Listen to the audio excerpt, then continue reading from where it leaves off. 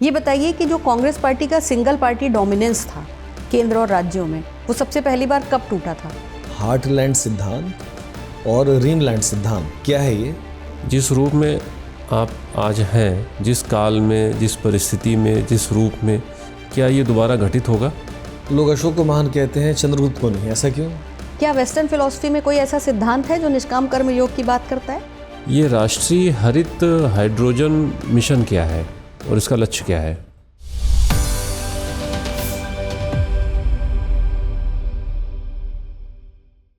मैं come in ma'am.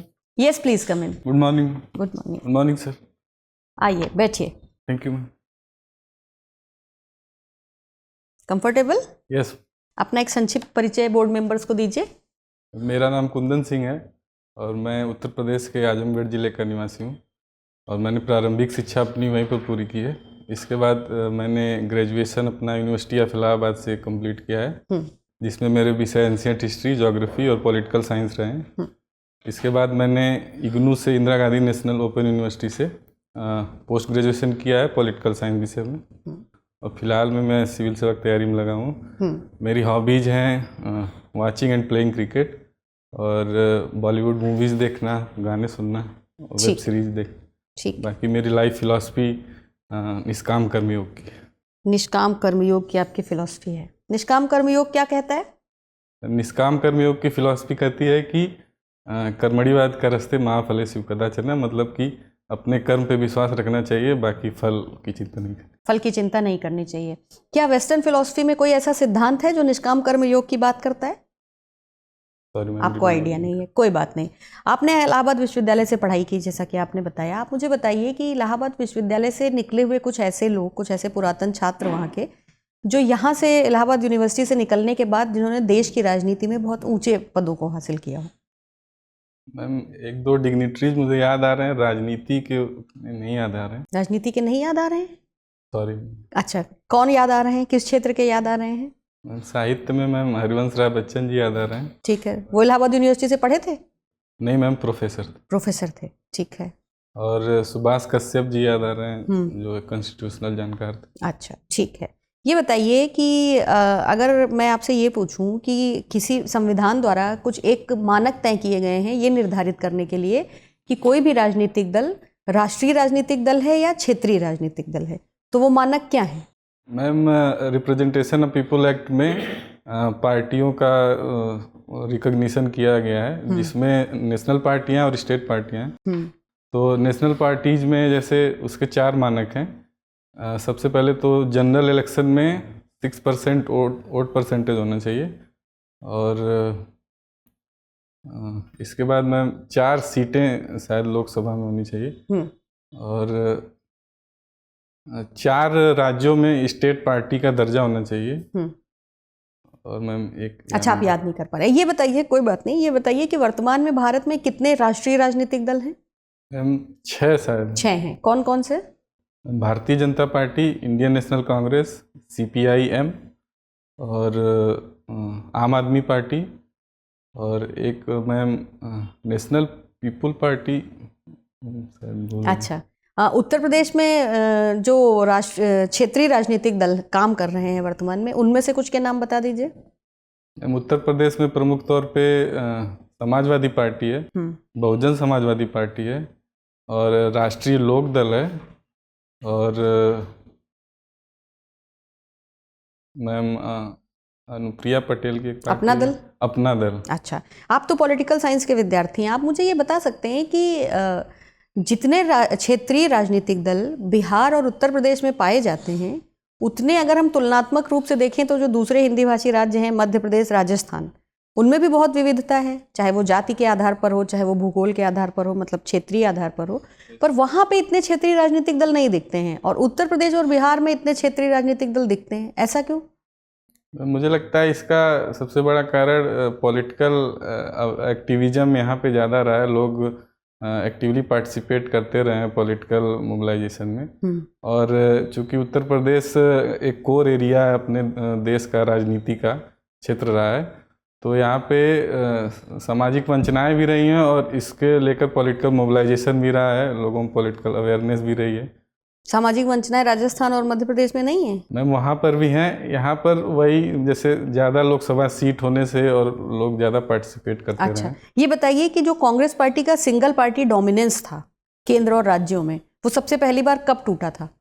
Ma'am सबसे पहली बार 1977 में टूटा था, जब केंद्र में जनता दल की सरकार बनी थी। अच्छा, ठीक, थैंक यू। कुंदन जी, आपका education, graduation, post graduation Allahabad से हुआ है, यस। तो काफ़ी समय बीता भी आपका यहाँ है। अच्छा, ये बताइए, ये विवाद अभी तक थमा नहीं है कि इसका नाम इलाहाबाद से नाम बदल के प्रयागराज कर दिया गया है, जी तो इस नाम बदलाव पर आपके क्या विचार हैं?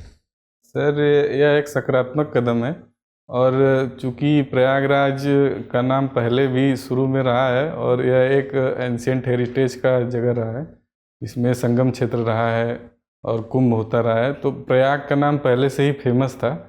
बाकी बीच में इलाहाबाद नाम हो चुका था, लेकिन सामाजिक भावनाओं और पब्लिक परसेप्शन को देखते हुए इसका नाम इलाहाबाद कब और कैसे रखा गया था? सर मैं श्योर नहीं हूँ, लेकिन मुगल शासक के दौरान, मुगल काल के दौरान रखा गया था। कुछ लोगों का कहना है कि इसका नाम इलाहाबाद पहले से ही था, इला देवी से संबंधित इसका था। इस बात से कितने सहमत है आपने? यह सर इलाही शब्द से शायद इलाहाबाद रखा गया था। नहीं, मेरा सवाल है कि कुछ लोगों का मानना है जी कि ये चंद्रवंशियों का क्षेत्र था और इला में चंद्रमा को भी कहते हैं, और देवी इला के नाम पे इसका नाम पड़ा इलाहाबाद, और इलाहाबाद से नाम पड़ा इलाहाबाद। यस। ये सच है या अकबर द्वारा स्थापित इलाही का बास इलाहाबाद था? सच क्या है, क्या लगता है आपको? देवीला से संबंध है या इलाही से संबंध है? सर ये बहुत कंटेस्टिंग चीज़ है, लेकिन मुझे लगता है इलाही से इसका। इलाही से। आपका graduation, post graduation ancient India और पॉलिटिकल साइंस से भी है। यस। तो एंशिएंट इंडिया में मौर्य हिस्ट्री बहुत इंटरेस्टिंग है। यस। कहाँ तक सहमत है? लोगों का जो आरोप है कि अशोक की धम्म की वजह से मौर्यों का पतन हुआ, इस बात से कहाँ तक सहमत आप हैं? सर अशोक की धम्म की पॉलिसी उस टाइम पे अपने समय की बहुत ही प्रोग्रेसिव पॉलिसी थी, जिसमें सभी वर्गों का समायोजन किया गया था।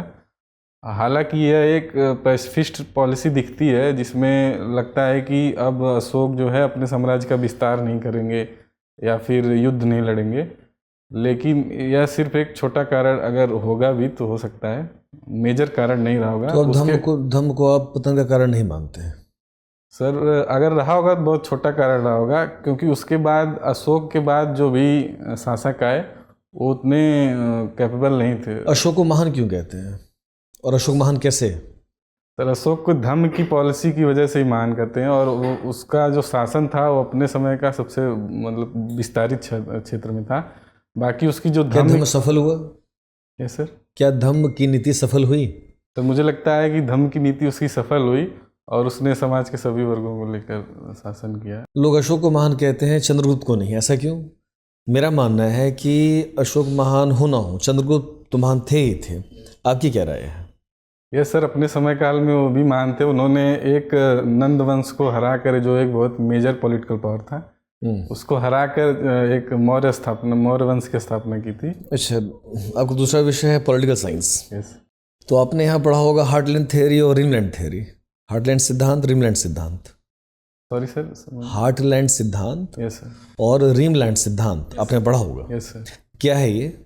सर यह एक सिद्धांत है इंटरनेशनल पॉलिटिक्स में, जिसमें कोर पेरिफेरी को माना जाता है। तो जिसमें सर जैसे कोर कंट्रीज, जैसे डेवलप्ड कंट्रीज हैं, उनके पहले हार्टलैंड थ्योरी पे कुछ बताइए आप।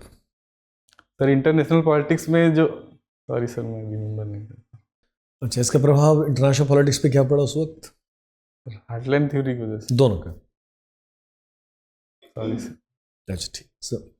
कुंदन सिंह जी, जी सर। अभी आप बात कर रहे थे निष्काम कर्म की। यस। तो ये भारतीय दर्शन में ये कर्मवाद का सिद्धांत क्या है? तो भारतीय दर्शन में कर्मवाद यह विश्वास करता है कि अच्छे कर्म करने से ही मतलब अच्छा होता है, और अच्छे मतलब स्वर्ग की प्राप्ति। कितने तरीके के कर्म की बात होती है इसमें? सॉरी सर, कर्म संचित, प्रारब्ध, ऐसा कुछ सुना है आपने? प्रारब्ध सुना है मैंने। अच्छा। Yes sir. तो ये भारतीय दर्शन में जो ये कर्मवाद का सिद्धांत है, जी सर। इसके आधार पे आप पुनर्जन्म को मानते हैं? यस सर, मैं पुनर्जन्म विश्वास करता किस रूप में मानते हैं? हूं।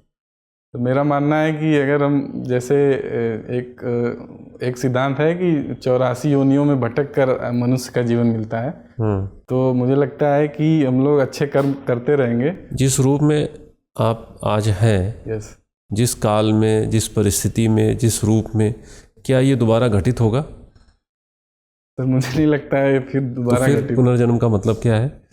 सर, मेरा विश्वास है कि पुनर्जन्म अगर हम लोग अच्छे कर्म करेंगे चलिए, तो मोक्ष की प्राप्ति खैर, है। आप ये बताइए, आपने पॉलिटिकल साइंस में पीजी किया हुआ है, जी सर। तो ये डिक्लाइन ऑफ पॉलिटिकल थ्योरी क्या है? Sir, decline of political theory behaviourist movement के कारण आई थी पोस्ट वर्ल्ड वार में। किन्होंने प्रतिपादित किया? David stern. सर, इसमें यह था कि पॉलिटिकल थ्योरी जो थी वो थोड़ी सी रिग्रेस्ट हो गई थी और इसमें साइंटिफिक डाटा और इस पॉलिटिकल बिहेवियर पे थ्योराइजेशन किया गया। तो डेविड स्टर्न ने बिहेवियरलिस्ट थ्योरी देकर इसी को डीके ऑफ पॉलिटिकल थ्योरी कहा। अफगानिस्तान में जब से तालिबान की सत्ता में पुनर्वापसी हुई है, तो भारत के सामने क्या चुनौतियां खड़ी हो गई हैं? सर, तालिबान के आने के कारण अफगानिस्तान में जो हमारे इन्वेस्टमेंट थे और जो हमारी गुडविल थी, दोनों प्रभावित हुई है, जिससे हम लोग ये एक्टिवली इंगेज नहीं कर पा रहे हैं वहाँ की। स्ट्रेटेजिक इंटरेस्ट कहाँ तक प्रभावित हुए हैं? सर, स्ट्रेटेजिक इंटरेस्ट देखो तो सबसे पहला तो जो हम लोग एक लिंक बना रहे थे, जो INSTC था, international north south transport corridor, और जो हमारे वहाँ डेवलपमेंटल कार्य थे वो प्रभावित हुए हैं। और बाकी सर कनेक्टिविटी का इशू मेन रहा है। ये राष्ट्रीय हरित हाइड्रोजन मिशन क्या है और इसका लक्ष्य क्या है? तो national green hydrogen mission Bharat सरकार का एक आकांक्षी प्रोग्राम है, जिसमें हम लोग ग्रीन एनर्जी की तरफ बढ़ रहे हैं, ग्रीन हाइड्रोजन की तरफ पे। और सर, इसका लक्ष्य है कि हम लोग 5 MMT शायद ग्रीन हाइड्रोजन प्रोडक्शन कैपेसिटी बढ़ाएंगे और अपने एनर्जी मिक्स में ग्रीन हाइड्रोजन की का बढ़ाएंगे। सर, इस मिशन के अंतर्गत कोई समय सीमा निर्धारित की गई है? सर, मैं श्योर नहीं हूँ, शायद 5 साल, सॉरी सर 10 साल शायद। अच्छा, नहीं, वो समय सीमा किस संदर्भ में है? एक समय सीमा निर्धारित की गई है, ऊर्जा के क्षेत्र में आत्मनिर्भर बनना, ऐसा कुछ? चलिए, कोई बात। कुंदन जी, सर से अब बात करते हुए आप जो है कर्मों की पवित्रता की बात कर रहे थे। आप मुझे बताइए, पॉलिटिकल साइंस में कौन सा विचारक हुआ जिसने कहा कि व्यक्ति को हमेशा साध्य की चिंता करनी चाहिए, साधन तो सदैव आदरणीय समझे जाएंगे और उनकी पूजा की जाएगी? Ma'am, Machiavelli. अच्छा, भारतीय दर्शन में कौन सा विचारक है जो साध्य की चिंता करने की बात कहता है, साधनों की पवित्रता की नहीं? शायद कौटिल्य। अच्छा, ये बताइए कि अगर राजा के गुणों की बात करें तो मैकियावेली ने राजा क्या कहा था कि राजा में किन गुणों का होना बहुत आवश्यक है? सर, मैकियावेली का मानना था कि prince should be clever like fox and brave like lion. शेर की तरह साहसी और लोमड़ी की तरह चालाक होना चाहिए। ठीक है, बढ़िया। प्लेटो और अरस्तु, इन दोनों विचारकों के अगर मैं आपसे ये कहूँ कि जो स्त्री संबंधी विचार थे, स्त्रियों पर जो उनके विचार थे, उनकी तुलना करके बताइए, तो आप मुझे बता सकते हैं? यस हाँ ma'am, Plato communism of family में विश्वास करते थे और वो उनका एक आइडियल स्टेट बनाने का तरीका था, जिसमें उन्होंने कहा था कि फैमिली का उन्होंने कम्युनिज्म कर दिया था। फैमिली का कम्युनिज्म तो किया था उन्होंने, वो तो साम्यवाद की बात उन्होंने राजा के लिए की थी कि राजा का अपना कोई निजी परिवार नहीं होना चाहिए और कोई पर्सनल प्रॉपर्टी नहीं होनी चाहिए। मेरा सवाल ये है कि महिलाओं के बारे में प्लेटो के क्या विचार थे? महिलाओं के बारे में उनके उत्तम विचार थे और उन्होंने स्त्री और पुरुषों को बराबरी का दर्जा दिया था। ठीक है, और अरस्तु ने? मैम, अरस्तु ने उनको सेकंड क्लास सिटीजन माना था और उनको पॉलिटी में अपने एक्टिव पार्टिसिपेशन। ठीक है, मतलब कि प्लेटो ने कहा था कि शासक बनने के लिए स्त्री और पुरुष दोनों बराबरी के हकदार हैं, बराबरी से एलिजिबल हैं। ठीक है, तब तो फिर आपने ये नारी शक्ति वंदन अधिनियम के बारे में पढ़ा होगा अच्छे से। किसने पेश किया था उसको सदन में? शायद स्मृति ईरानी जी ने। नहीं, सॉरी मैम, याद। अच्छा, किस दिन पारित हुआ वो, किस दिन बना अधिनियम? एग्जैक्ट डेट क्या आप इसको महिला प्रतिनिधित्व, विमेन रिप्रेजेंटेशन की दिशा में एक मील का पत्थर मानते हैं? यस मैम, ये काफ़ी वर्षों से लटका हुआ अधिनियम था और यह एक सकारात्मक कदम अगर है। हम इसके इतिहास की बात करें तो ये चर्चा कब से चल रही है सदन में? मैम मुझे लग रहा है कि एग्जैक्ट डेट मुझे पता अच्छा, ठीक है, कोई बात नहीं। आपने चंद्रयान मिशन के बारे में भी पढ़ा होगा। यस। चंद्रयान 3 जो मिशन था वो 2023 में सफलतापूर्वक पूरा हुआ। चंद्रयान 1 और 2 जो हमारे मिशन थे वो किन वर्षों में हुए? मैम चंद्रयान 1 2008 में हुआ था और चंद्रयान 2 मैम शायद 2016 में हुआ। ठीक है। प्रोजेक्ट डायरेक्टर कौन थे चंद्रयान 3 के? चंद्रयान 3 के प्रोजेक्ट डायरेक्टर। कोई बात नहीं। वेलफेयर स्टेट का कॉन्सेप्ट क्या है? कल्याणकारी राज्य। मैम वेलफेयर स्टेट का कॉन्सेप्ट यह है कि जो स्टेट है वो एक्टिवली जो समाज के वंचित वर्ग हैं उनके प्रति सामाजिक आर्थिक योजनाएं बनाकर उनको अपलिफ्टमेंट के लिए काम ठीक है। उत्तर प्रदेश सरकार की कुछ ऐसी योजनाएं बताइए जो कल्याणकारी राज्य के उद्देश्यों की पूर्ति करती हो। मैम उत्तर प्रदेश सरकार की जो मुझे प्रमुख योजनाएं याद आ रही हैं उसमें है मैम एक कन्या सुमंगला योजना जो महिलाओं के अपलिफ्टमेंट की बात करती है और मैम किसान की आय को दोगुनी करने के लिए एक कृषक समन्वित योजना है और मैम यूथ को आगे बढ़ाने के लिए एक मुख्यमंत्री अभ्युदय योजना है, उनको एक्टिविटी पार्टिसिपेट करने। ठीक है, ये बताइए, आपको वेब सीरीज देखना भी पसंद है, कुछ ऐसी वेब सीरीज के नाम बताइए जो पॉलिटिकल बैकग्राउंड पर, राजनीतिक पृष्ठभूमि पर बनी हो। जो मैंने एक देखी थी वो सिटी ऑफ ड्रीम्स करके हॉट स्टार पे देखी थी। ठीक है। और एक पॉलिटिकल में मिर्जापुर मैंने देखी। ठीक है। एक तांडव करके आई थी। ठीक है। एक वेब सीरीज थी महारानी, आपने देखी वो? यस मैम देखी। आप जो महारानी वेब सीरीज के जो एपिसोड्स थे उनका जो शीर्षक था वो कबीर के जो दोहे हैं उनसे कहीं ना कहीं से लिया गया था। किसी एक का नाम बता दीजिए। सॉरी मैम, आपको आइडिया नहीं? ठीक है, आपसे बात करके अच्छा लगा। आपका इंटरव्यू पूरा होता है, आप जा सकते। Thank you sir. May come in? आइए बैठिए। Thank you. पिछले वर्ष भी आपने इंटरव्यू दिया था ना आयोग का? मॉक इंटरव्यू भी दिया था शायद आपने मुझे। तो कितना मार्क्स मिले थे आपको? 47। क्यों? बहुत कम मिले थे। मेंस में ठीक थे? ऑप्शनल वगैरह में ठीक थे नंबर? Yes ma'am. तो 47 मार्क्स, क्या हुआ ऐसा जिस वजह से आपके साथ ये दुखद घटना हुई? क्योंकि आयोग तो बहुत उदार है नंबर देने के मामले में। यस मैम, मेरा इंटरव्यू सविता अग्रवाल मैम में पड़ा था। ठीक है। और बीच में मतलब पहला उन्होंने पूछा था कि 5 साल का गैप क्यों है पोस्ट ग्रेजुएशन में। ठीक है। और बाकी दूसरा उन्होंने पूछा कि किस परिवेश से आते हैं, तो मैंने पूछा ग्रामीण परिवेश से। तो वहाँ की उन्होंने समस्या पूछी थी। तो मेरे मुंह से मतलब 2-3 बात करने के बाद मेरे मुंह से जाति संघर्ष निकल गया। तो उस पर मतलब 2-3 और काउंटर क्वेश्चन हुए, उसी में स्टक हो और आप डर गए? यस मैम, स्टक हो गया। और वहीं से आपने जो है, यस मैम, आपकी सफलता का दरवाजा बंद हो गया। इस बार नहीं बंद होगा। इसलिए नहीं बंद होगा क्योंकि एक तो आपको ये समझ में आ चुका है कि आपको क्या नहीं बोलना है। ठीक है। बहुत मतलब आप अगर बोलिए तो तैयार रहिए उन सारी चीज़ों को। जैसे मैंने ही आपसे सवाल पूछा अबाउट रीजनल पॉलिटिकल पार्टीज, तो जब आप बात शुरू करेंगे तो वो जाति से ही शुरू होगी कि तमाम सारे जातीय ग्रुप हैं और एंड ऑल। तो भारत के समाज में और राजनीति में जाति की भूमिका स्पेशली उत्तर प्रदेश में है, इससे कोई नकार नहीं सकता। किताबें लिखी गई हैं उसके ऊपर, कास्ट इन इंडियन पॉलिटिक्स जैसी, तो उससे कोई नकार नहीं सकता। ध्यान आपको ये रखना है कि कोई एक्सट्रीम चीज़ आप ना बोल जाएं, है ना। वही शायद आपसे हुई होगी कि आप किसी एक्सट्रीम उस पर चले गए होंगे। आपको ध्यान ये रखना है कि कोई भी जवाब देते समय आपको बैलेंस रहना है। भले ही उसमें आप अप्रोच, आपको पता हो कि ये समस्या एक्सट्रीम लेवल की है, लेकिन एक प्रशासक होने के नाते आप किसी भी एक व्यक्ति का पक्ष कभी नहीं ले सकते। अगर आपके सामने 2 लोग लड़ते हुए आएंगे तो जब तक आप सारे तथ्य नहीं जान लेंगे तब तक आपका जो झुकाव है दोनों की तरफ बराबर होगा, है ना। वही अपेक्षा की जाती है, वहीं पे शायद आप गड़बड़ हुए होंगे। अब ये डिटेल तो वहाँ होती नहीं है जो डेफ में है, ठीक है। लेकिन फिर भी जैसे मान लीजिए उन्होंने ऐसे पूछा आप किस पृष्ठभूमि से आते हैं, वैसे ये भी पूछ सकते हैं कि आप कहाँ से आते हैं। और आपने बताया कि हम आजमगढ़ से आते हैं, तो वो वहाँ से जुड़े हुए सवाल पूछ सकते हैं। पूर्वी उत्तर प्रदेश बाहुबलियों का इलाका है, आर्थिक रूप से पिछड़ा हुआ है, इसमें आपको कोई संदेह नहीं है। ये सच है, कोशिशें हो रही हैं, कोशिशें कामयाब भी हो रही हैं, लेकिन ये सच है।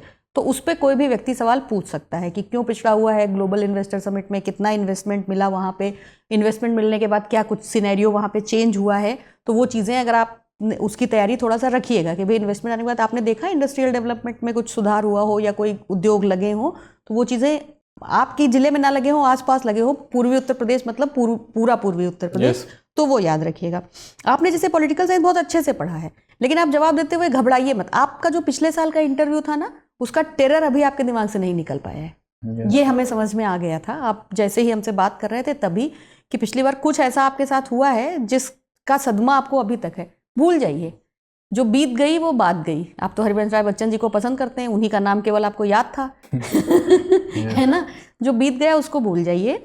उससे आप ये सबक लीजिए कि आपको कोई भी एक्सट्रीम वर्ड या इस तरीके की चीज़ नहीं बोलनी है, अपने अप्रोच को संतुलित रखना है और कुछ नहीं। जो सवाल आपसे सर ने पूछे थे वो सवाल आपको रिकॉर्डिंग में मिलेंगे, उन सारे सवालों पे एक अच्छा सा होमवर्क आप जरूर कर लीजिएगा, है ना, जो पूछे गए। करंट में जो चीज़ें चल रही, जैसे कि आप पॉलिटिकल साइंस के एक तो स्टूडेंट हैं, तो इसलिए आपसे विमेन रिजर्वेशन बिल पे सवाल और उसके अच्छे जवाब की उम्मीद और बढ़ जाती है। कि आपसे तो सवाल ये भी पूछा जा सकता है कि कितनी महिलाएं संसद में हैं, कितनी उत्तर प्रदेश विधानसभा में। ये फैक्ट भी चेक करके जाइएगा कि कितने वर्तमान में महिला सांसद लोकसभा में हैं और कितनी विधायक आपके उत्तर प्रदेश विधानसभा में। ये भी वो दे, ताकि अगर आपसे पूछा जाए तो आपके पास डेटा रहे कि इतना बड़ा राज्य है, उसमें इतनी महिलाओं को रिप्रेजेंटेशन मिला, कितनी महिला राज्यपाल हुई उत्तर प्रदेश में, कितनी महिला मुख्यमंत्री हुई। ये सारा डेटा तैयार कर लीजिएगा। फिर चंद्रयान 3 मिशन हमारा, एक्सपोसैट मिशन, ये सब जो स्पेस मिशंस हैं, जो हमारी उपलब्धियां हैं, उनको सबको आप अच्छे से तैयार कर लीजिए। जैसे मैंने आपसे सवाल पूछा था ना वेब सीरीज़ के बारे में, आप घबराइए नहीं। आपने पॉलिटिकल पृष्ठभूमि पे देखी हो तो बताइए, नहीं देखी हो कहते कि मैंने कोई पॉलिटिकल पृष्ठभूमि पे नहीं देखी मैम, मैं तो बस जब मुझे समय मिलता तो मैं देख लेता हूँ, तो मैंने जो देखी उसमें कोई पॉलिटिकल पृष्ठभूमि पे नहीं थी, बात खत्म। ठीक है, उसको हर सवाल का जवाब देना जरूरी नहीं है। हर सवाल को कैसे हैंडल किया जाए ये सीखना जरूरी है। आपको सवाल का जवाब आता होगा तो दीजिएगा, नहीं आता होगा तो माफ़ी मांग लीजिएगा और विनम्रतापूर्वक अनुमति लेके गेस करिएगा। अगर गेस करने की, जैसे मैंने आपसे प्लेटो का सवाल पूछा, आप प्लेटो के सामने बात पे चले गए। प्लेटो कहता है कि राजा का अपना परिवार और राजा की अपनी संपत्ति नहीं होनी चाहिए। वो महिलाओं का विचार थोड़े ना था वहाँ, तो वो ये बता रहा था कि जिसका परिवार होता है वो अपने लक्ष्य से भटक जाता है, इसलिए उसका परिवार ना हो, प्रॉपर्टी ना हो। उस तरफ मत जाइए, वरना आपसे ये सवाल पूछा जाएगा कि वैसे प्लेटो ने कहा तो बहुत समय पहले था, मगर अगर आज की डेट में देखें तो भारत के जो सबसे मजबूत शासक, अच्छे या बुरे की बात मैं नहीं कर रही हूँ, जिनको ये होता है कि डिसीजन मेकिंग बड़ी स्ट्रांग है, वो सारे शासक जो है उनका परिवार नहीं है और किसी का भी परिवार नहीं है। चाहे आप ममता बनर्जी की बात करें, आप योगी जी की बात करें, मोदी जी की बात करें, किसी की भी बात करें, तो फिर आप उस तरफ जाएंगे तो आपसे पूछा जाएगा कि क्या प्लेटो फिर से प्रासंगिक हो उठे, क्या प्लेटो ने सही बात कही थी। उधर नहीं जाना है आपको महिलाओं से उनके विचार बताने की। प्लेटो ने, हालांकि प्लेटो का स्टेटमेंट तो ऐसा है जो यहाँ पे कहा नहीं जा सकता, लेकिन उन्होंने दोनों को बराबरी का दर्जा जरूर दिया था, है ना। तो वो बताइए कि उन्होंने बराबरी का दर्जा दिया और अरस्तु ने उनको दोयम दर्जे का नागरिक माना, उनको नागरिक की भी वो नहीं दी। इस तरीके से आपको समझाना है कि सवाल का मंतव्य क्या है, सवाल क्या जानना चाहता है। तो जो चीज़ें आप यहाँ से, जो सवालों का जवाब नहीं मिला है, वो आप अच्छे से अपनी तैयारी रखिए। एक ही सलाह है, इस बार ऑप्शनल है नहीं।